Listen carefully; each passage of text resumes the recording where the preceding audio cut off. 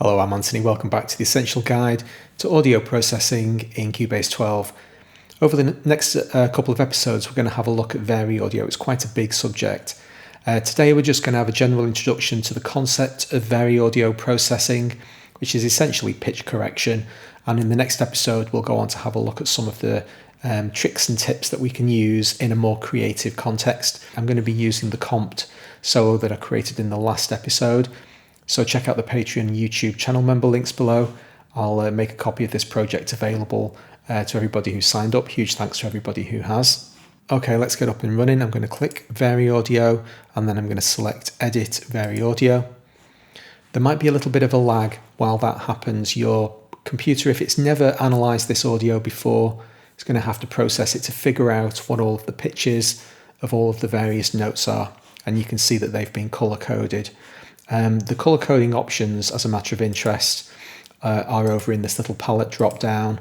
We'll deal with those more in the next episode.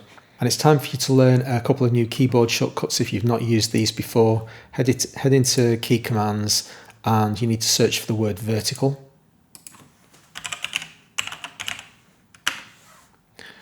And you want these two commands shortcutted: zoom in on waveform vertically and zoom out. See, I've got them set up. I've actually got them on my expansion keyboard. One way or another, you really want to be able to zoom in and out on this stuff. You do this all the time. If you absolutely hate keyboard shortcuts, you can go to the left-hand side of the piano. You can see this little crosshair. And now if I drag to the left and right, it zooms up and down, it moves. But because those two functions are on the same mouse click, I find it very unwieldy.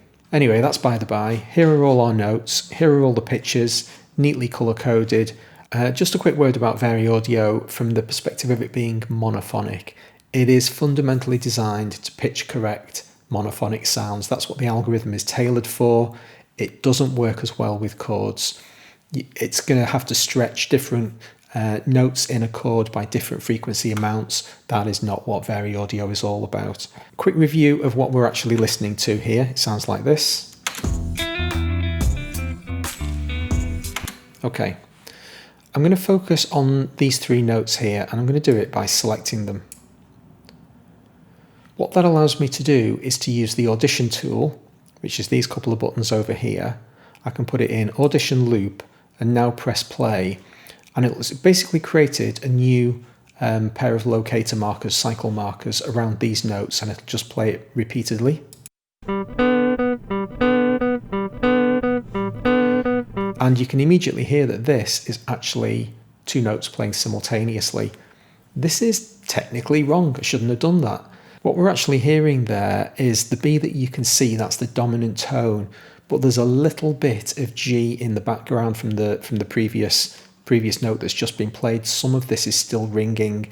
So this is kind of a learning tool for me to, if you really focus in on this stuff, you can actually find inaccuracies in your playing and think, I didn't get my finger off that G, I didn't damp it sufficiently well when I came up. No, it's not the end of the world, it sounds fine, but if you don't want it there, then it's something that you could perhaps, think about improving. The reason we need to know this stuff is because if I ever want to do any pitch correction on that note, I'm not just moving a B, I'm moving an underlying G as well. And depending on what scale I'm in, if I shift those two notes up by a semitone, for instance, totally fine to move to C because that's in the scale. This is in E Phrygian, this solo.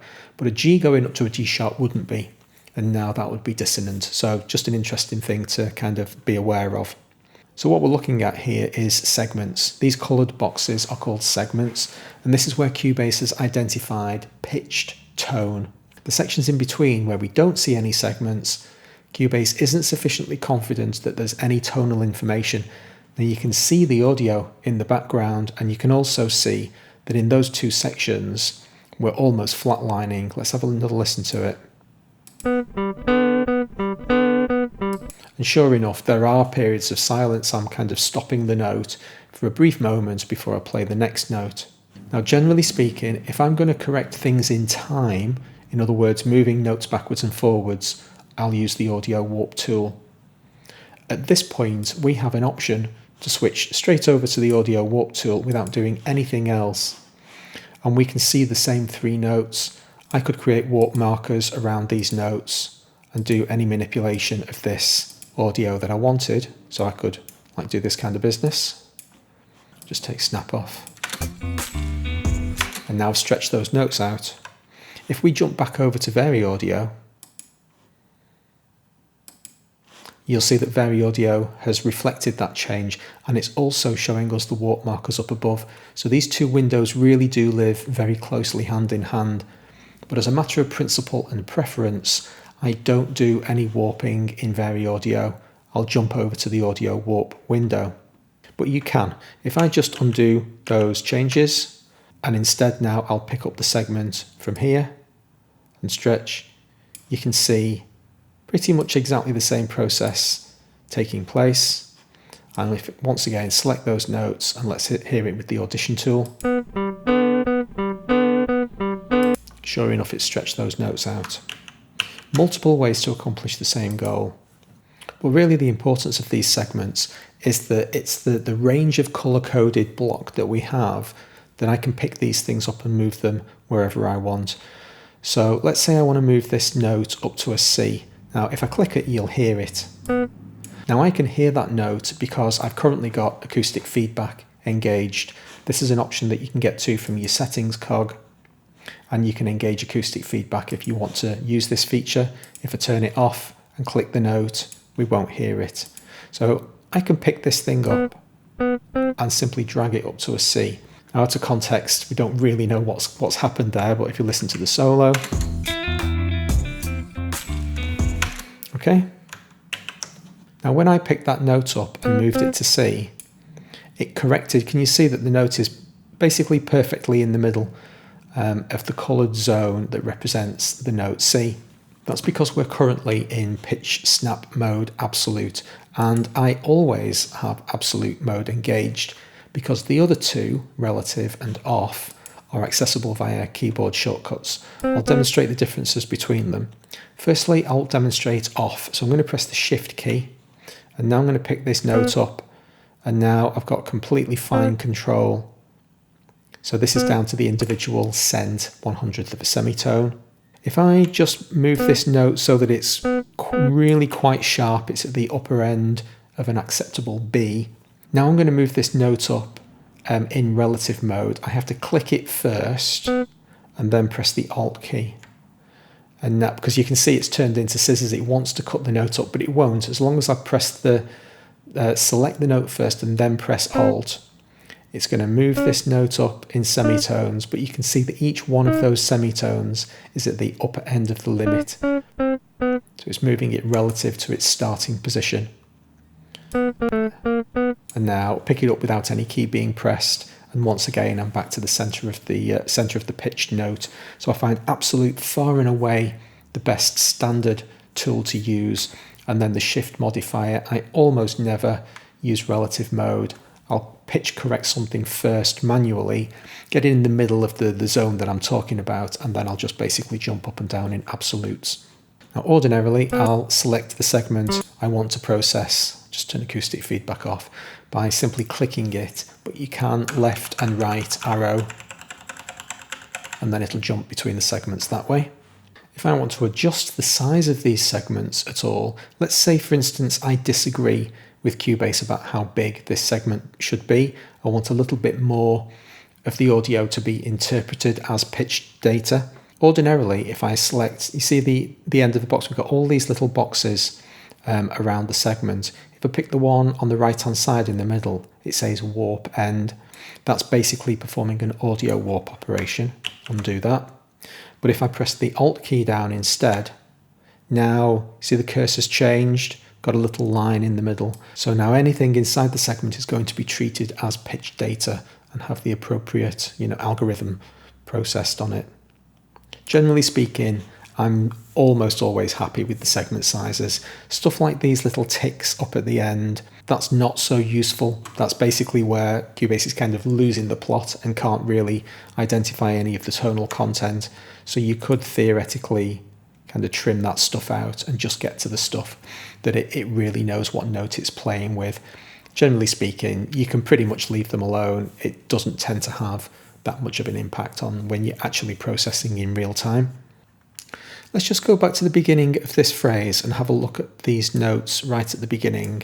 Again, we'll have a listen to them in audition mode. I just pressed play then, but it was too loud. You can see this little audition volume control here. I'm just going to pull it down. So you've got independent control over your audition loop. It was just a bit loud for the for my settings there. So let's have a go.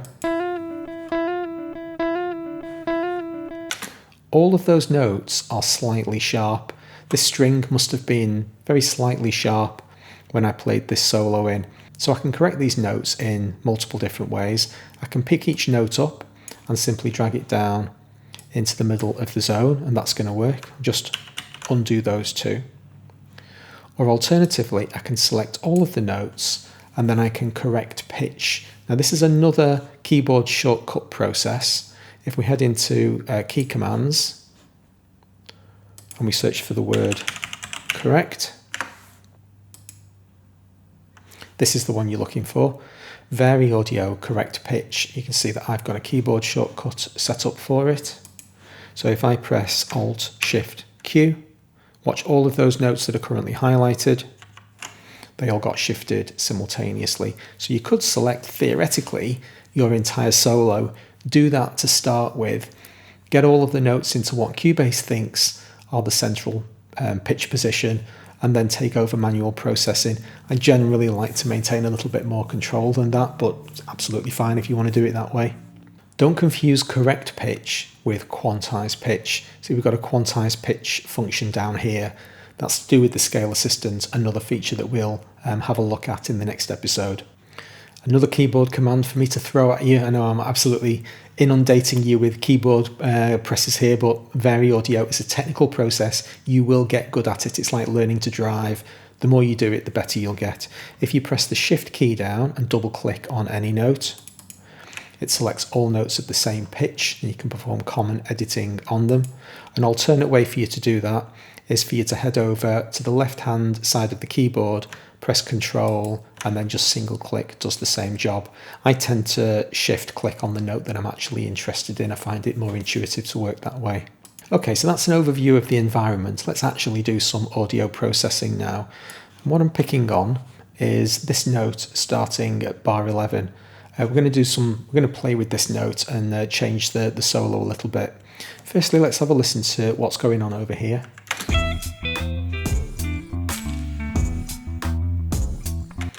I'm going to use this note basically as a playground with which to show you all the various features of Variaudio. To make it a little bit easier to get our way around this thing, I'm just going to zoom in to a single bar. And when I was preparing for this video, I realized that this is a kind of interesting thing. If you just listen to this bar, initially it sounds really jarring.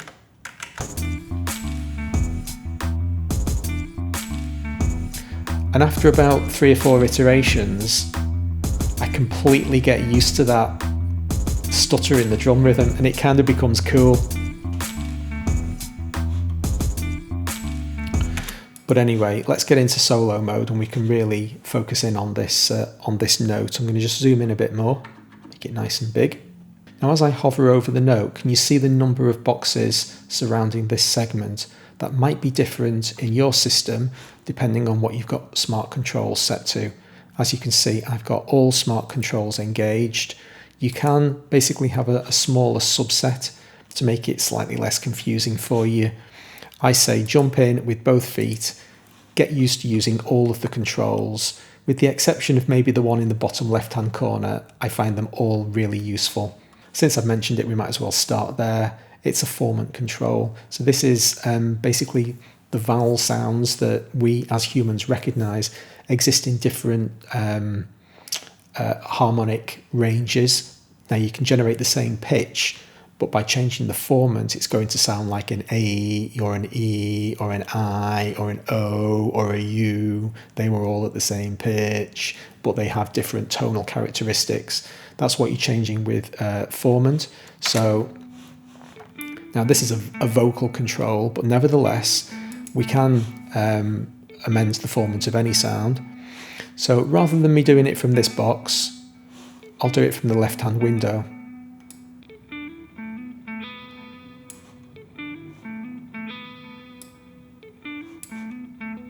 You can hear the tonal characteristics of the sound changing. It would be better if I had a vocal sample, but in this particular project we don't. And that's the only example where I really could have done with a vocal sample. I pretty much never mess with Formant. I'll accomplish those tasks via other means if I need to. Okay, let's look at the useful stuff now. One of the most common things that we'll do in Variaudio is to straighten the pitch curve. So if you've got, again, I'm going to use the example of a vocalist, but anything where the vibrato is a little bit too intense, we might, for instance, decide that these couple of pitch variances in the middle of the note, just a bit too intense. If I click and drag on the straighten pitch curve function, you can see it just smoothing those vibratos out. Since I've got this single note selected, I can press the audition play button and it'll just play that note over and over again. We can correct the pitch at the beginning and end of each segment using the tilt function. So this is top left-hand corner to tilt the start and top right for the end. And let's actually use this as a kind of a melodic technique. What I'm going to do is I'm going to drag this pitch all the way down to A. Let's have a listen to that.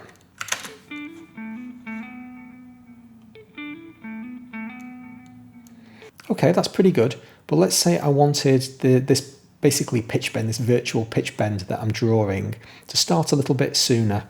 Let's just undo that function.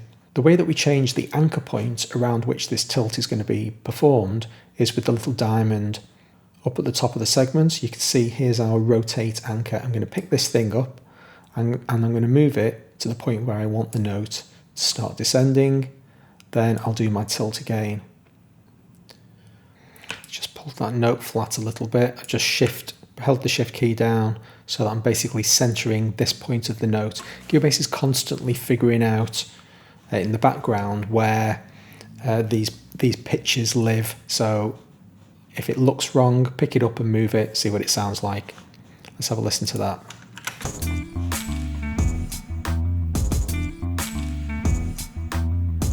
That'll do. Suppose I decide I've made a complete mess of this note and I want to start again. I can head over to my functions, choose function option down here, and one of them is reset all changes for selection. If I didn't have any segments selected, it would say reset all changes. So I'm just going to fix this note, get it back to my original, and then I can basically start that process again. Let's reset the anchor, drag the tilt down, center it for this so that the beginning of the note is smack in the middle, and then we tilt down towards the A. Happy with that. Now that I've thrown all of those changes away, you can see that I've got my big tremolo bumps. I'll show you another way that I can fix that. These little triangles in the top corners say set range for straighten pitch curve. If I bring these curtains in, there's one on each side. Now when I perform the straighten pitch curve operation, it only operates on the section of audio inside the zone.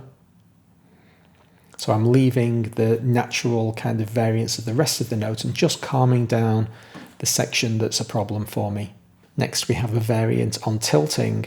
So when we pick these boxes up to tilt, you can see that I'm just moving up or down the section of audio that I'm dealing with. But if I press the Alt key down and now tilt, I rotate the entire thing around the anchor point. It's basically like performing two tilt operations in opposite directions at the same time. At the bottom of the segment in the middle, we've got correct pitch. This isn't quite the same as the pitch variance that we get by moving the segment up and down. If you have a look over in the left-hand window, you can see there's a correct pitch. It's currently set to 0% on this. If I now start increasing correct pitch, you can see that it's basically trying to put the note back where it was.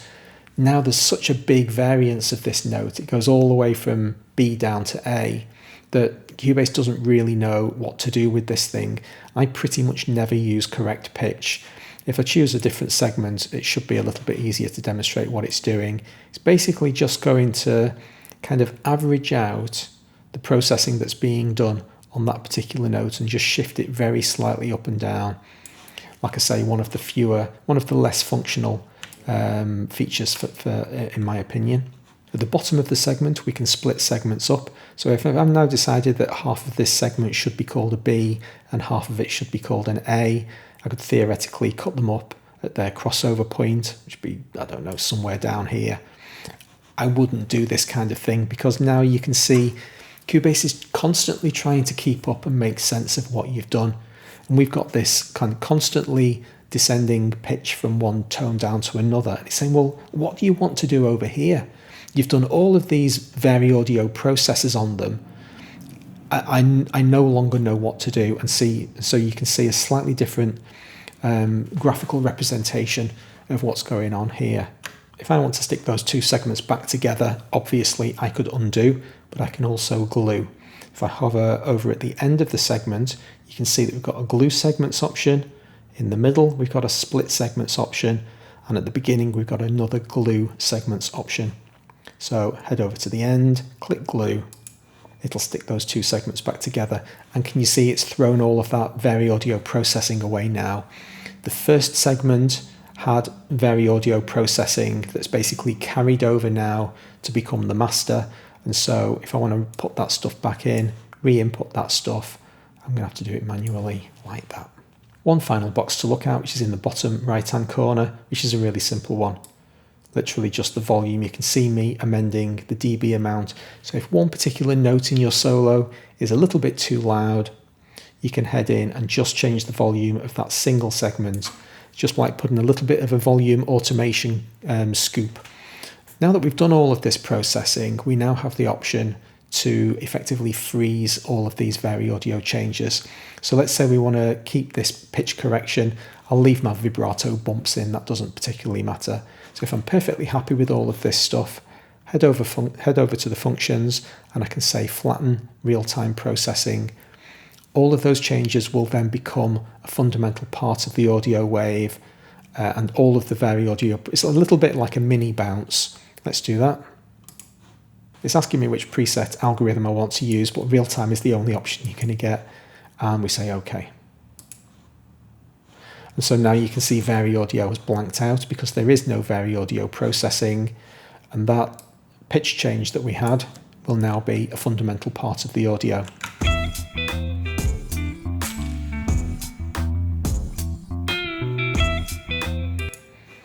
Okay, hope you enjoyed the episode and found it useful. If you did, please hit like. I'll see you next time. Thanks very much.